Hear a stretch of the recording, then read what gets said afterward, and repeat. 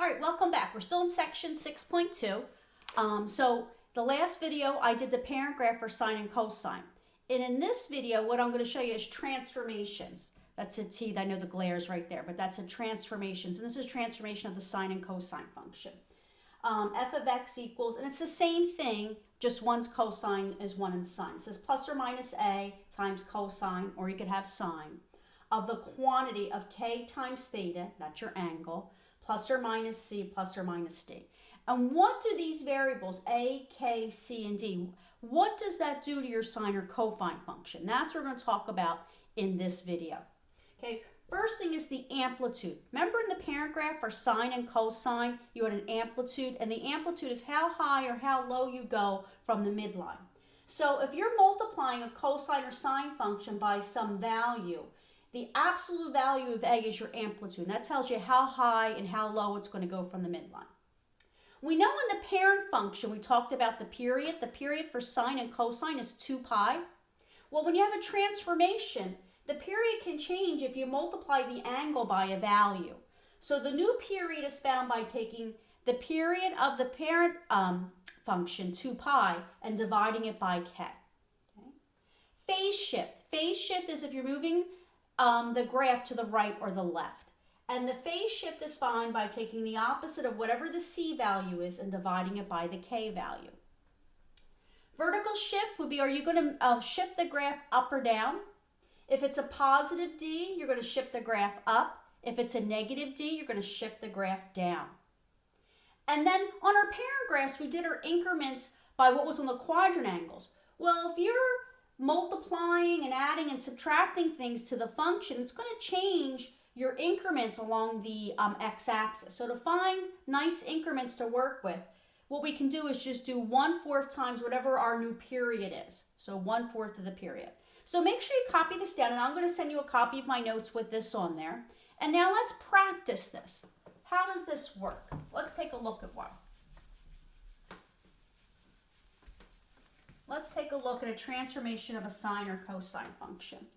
Let's take a look at this one. G of x equals -2 times the sine of the quantity of 2 times theta minus pi, this whole quantity plus 1. Okay? Now, just looking at this equation, we can see we have an amplitude. The period's been changed because we multiplied the angle by a value. There's a phase shift because we have parentheses, we have this value here. And we're going to move this graph up 1 unit because we have a plus 1 at the end. So let's write all this information down before we graph it. The amplitude. The amplitude is how high and how low the graph is going to be from the midline. The amplitude is the absolute value of -2, which equals 2, which means from the midline, we're going to go 2 units above the midline and 2 units below the midline. Let's find the period. Well, we know for your sine and cosine function, the period is 2 pi. But now, in this transformation, we multiplied the angle by 2. So now I got to take 2 pi and divide it by 2, which means now the cycle is going to be going from 0 to pi, or from 0 to 180 degrees. Okay, let's find the phase shift. I'm going to abbreviate that, PS, for phase shift. Remember, phase shift is the opposite of the C term over the K term.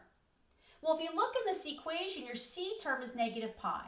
And what's the opposite of -pi? The opposite of -pi is positive pi. Divide that by K, which is 2. So this means in comparison to the parent graph, we've now shifted everything 90 degrees to the right. Okay? Let's find the vertical shift. That's if we're moving up or down. That's what you're adding or subtracting at the end. Well, the vertical shift is up 1. What that means is now the midline on the sine function is no longer the x-axis. It's been shifted up to 1. So now the midline will be the line y equals 1. Okay? And we're going to put that in our graph in a minute because we are going to graph this. What are the increments going to be along the x-axis? The increments are found by 1/4 of the period. So 1/4 times pi. And 1/4 times pi is pi over 4. So that means I got to make the increments along the x-axis go by pi fourths till I get to one cycle, which is pi. So let's sketch it. Here's my y-axis. We said the midline is no longer the x-axis. It's been shifted up 1 unit. And from this one here on the y-axis, it has an amplitude of 2. So I have to go 2 units above that and 2 units below that. So if I go 2 units above 1, that would bring me to 3. And 2 units below 1 would bring me down to -1. I have room here so I can put -2, but I have to have at least 3 and -1 on my graph to sketch it, okay? So that's my y-axis. The x-axis, I have to go by increments of pi fourths. So 0,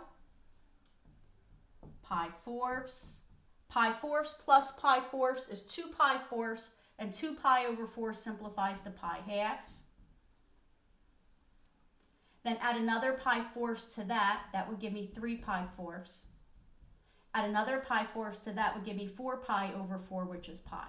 That's one cycle. This is a positive cycle. Now to the left, do a negative cycle. Negative pi fourths, negative pi halves, negative 3 pi fourths, and negative pi. And now we're ready to graph this. Okay. Remember, what we're going to do is we're going to take each value along our x-axis in radians and plug them into this function and evaluate them. So I evaluate theta with 0. 2 times 0 is 0. 0 minus pi is negative pi. What is your sign at negative pi? Well, the sign at negative pi is the same as the sign of pi. And the sign at pi is 0. 0 times -2 is 0, and 0 plus 1 is 1. So that tells me I have to sketch 1. Sometimes it helps if you have your unit circle out in front of you and you can look at it while you're evaluating it. Now, replace theta with pi fourths. If I replace theta with pi fourths, 2 times pi fourths is pi halves. So that means start at pi halves on your unit circle. If I'm at pi halves and I subtract pi, that brings me right back down to 3 pi halves. What's your sign at 3 pi halves? The sign at 3 pi halves is -1. Multiply that to -2. -1 times -2 is +2, and 2 plus 1 is 3. So now pi fourths, I plug in 3. Now replace theta with pi halves. Multiply that by 2. 2 times pi halves is pi. Pi minus pi is 0. What's your sign at 0? Well, the sign at 0 is 0. 0 times -2 is 0. Add 1 will give me 1. So at pi halves, I'm at 1.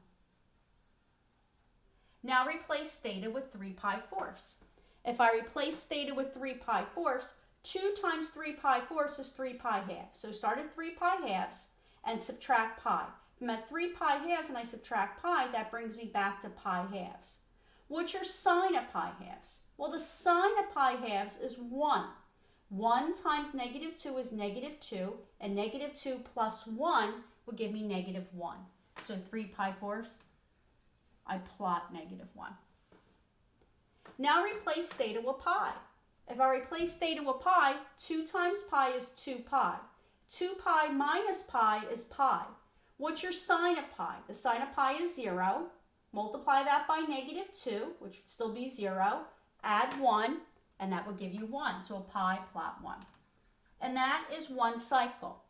Now you can go and do the same thing on the left-hand side, or just look at the pattern on the right and repeat it. 1, -1, 1, 3, 1. So now you know you're going down. So this would have to be at -1. That's as low as we go. So now we come back up. So this would have to be at 1.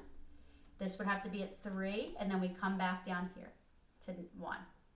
Connect the points. And now we can see our sine function. You don't have to sketch in the midline, but you can see that the midline is right here, y equals 1. Let's try another one. Let's do one with cosine.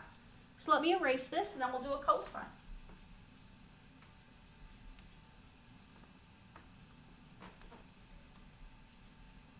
Okay, next we're going to do h of x. H of x equals 2 times the cosine of the quantity of theta divided by 4 plus pi halves minus 1. Okay. Let's write down everything we know. First, let's find the amplitude. I'll abbreviate it AMP. The amplitude is the absolute value of whatever you're multiplying it by. So the amplitude would be the absolute value of 2, which equals 2. Which means wherever the midline is, we're going to go 2 units above it and 2 units below it. Let's find its cycle, which we call the period. We know for the parent function for cosine, the period is 2 pi. But in a transformation, we have to take the parent's cycle, 2 pi, and divide it by the k term. Did you notice that you multiplied theta by 1/4 to get theta over 4? So therefore, it's 2 pi divided by 1/4. Or in other words, it's 2 pi times 4 over 1, which would equal 8 pi. So this has a large cycle. It goes from 0 to 8 pi. What is the phase shift? I'm going to abbreviate that PS. Phase shift is moving it to the right or the left in comparison to the parent function. And the phase shift, remember, is found by the opposite of the C term over the K term.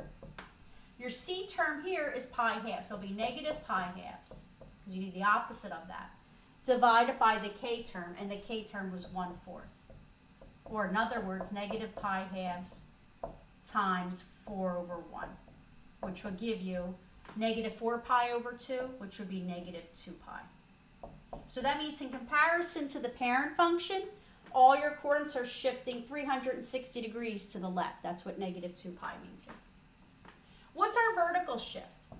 Vertical shift means, are we moving the midline up or down? Well, since you're subtracting 1, the midline has been shifted down 1 unit. And what should the increments be along the x-axis?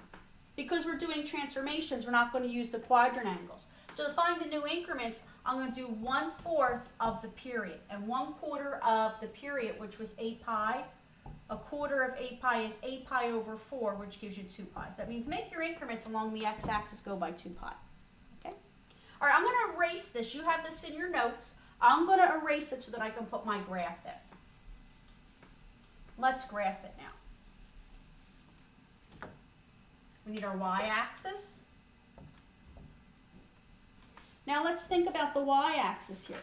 The midline for this one, we know in our parent graph the midline is the x-axis.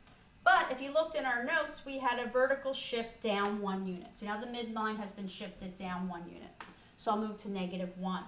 The amplitude is 2, so I have to go 2 units above that and 2 units below that. 2 units above negative 1 will bring me to positive 1.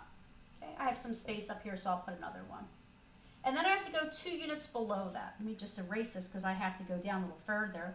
Because 2 units below negative 1 would be negative 3. So negative 2 and negative 3. And now I think I have enough there to graph that. So I went from negative 3. I have to go at least from negative 3 to 1. So I went a little bit higher. So those are my increments on the y-axis. Let's do the increments along the x-axis. Okay, we know from our chart that the increments are going to be by 2 pi. So 0 plus 2 pi is 2 pi. 2 pi plus another 2 pi is 4 pi. 4 pi plus 2 pi is 6 pi. 6 pi plus 2 pi is 8 pi. And we said that the period was 8 pi, so that tells us to end there. That's one positive cycle, and on the left you'll have a negative cycle. Negative 2 pi, negative 4 pi, negative 6 pi, and negative 8 pi. Now we're ready to graph this. And we're just going to evaluate each angle by plugging it into the function. Once again, it helps if you have your unit circle out in front of you to help you with this. So if I replace theta with 0, 0 divided by 4 is 0. 0 plus pi halves is pi halves. Now evaluate that. What's the cosine of pi half? Well, the cosine of pi halves is 0. 0 times 2 is 0. Subtract 1 is negative 1. So I'm going to plot negative 1 here. Okay. Now let's evaluate it for 2 pi. If I replace theta with 2 pi divided by 4 would give me pi halves. And pi halves plus pi halves is pi. What's the cosine of pi? Well, the cosine of pi is negative 1. Negative 1 times 2 is negative 2. And negative 2 minus 1 is negative 3. So 2 pi, I'm going to plot negative 3. Now let's replace theta with 4 pi. And let's evaluate that. 4 pi divided by 4 is pi. And pi plus pi halves is 3 pi halves. The cosine of 3 pi halves is 0. 0 times 2 is 0. Minus 1 is negative 1. So at 4 pi, I'm going to plot negative 1. Now replace theta with 6 pi. If I replace theta with 6 pi divided by 4 is 3 pi halves. So start at 3 pi halves and add pi halves. 3 pi halves plus pi halves will bring me to 2 pi. The cosine of 2 pi is 1. 1 times 2 is 2, and 2 minus 1 is 1. Now replace theta with 8 pi. 8 pi divided by 4 is 2 pi. 2 pi plus pi halves would bring me to 5 pi halves, which sits on top of pi halves. What's your cosine of pi halves? The cosine of pi halves is 0.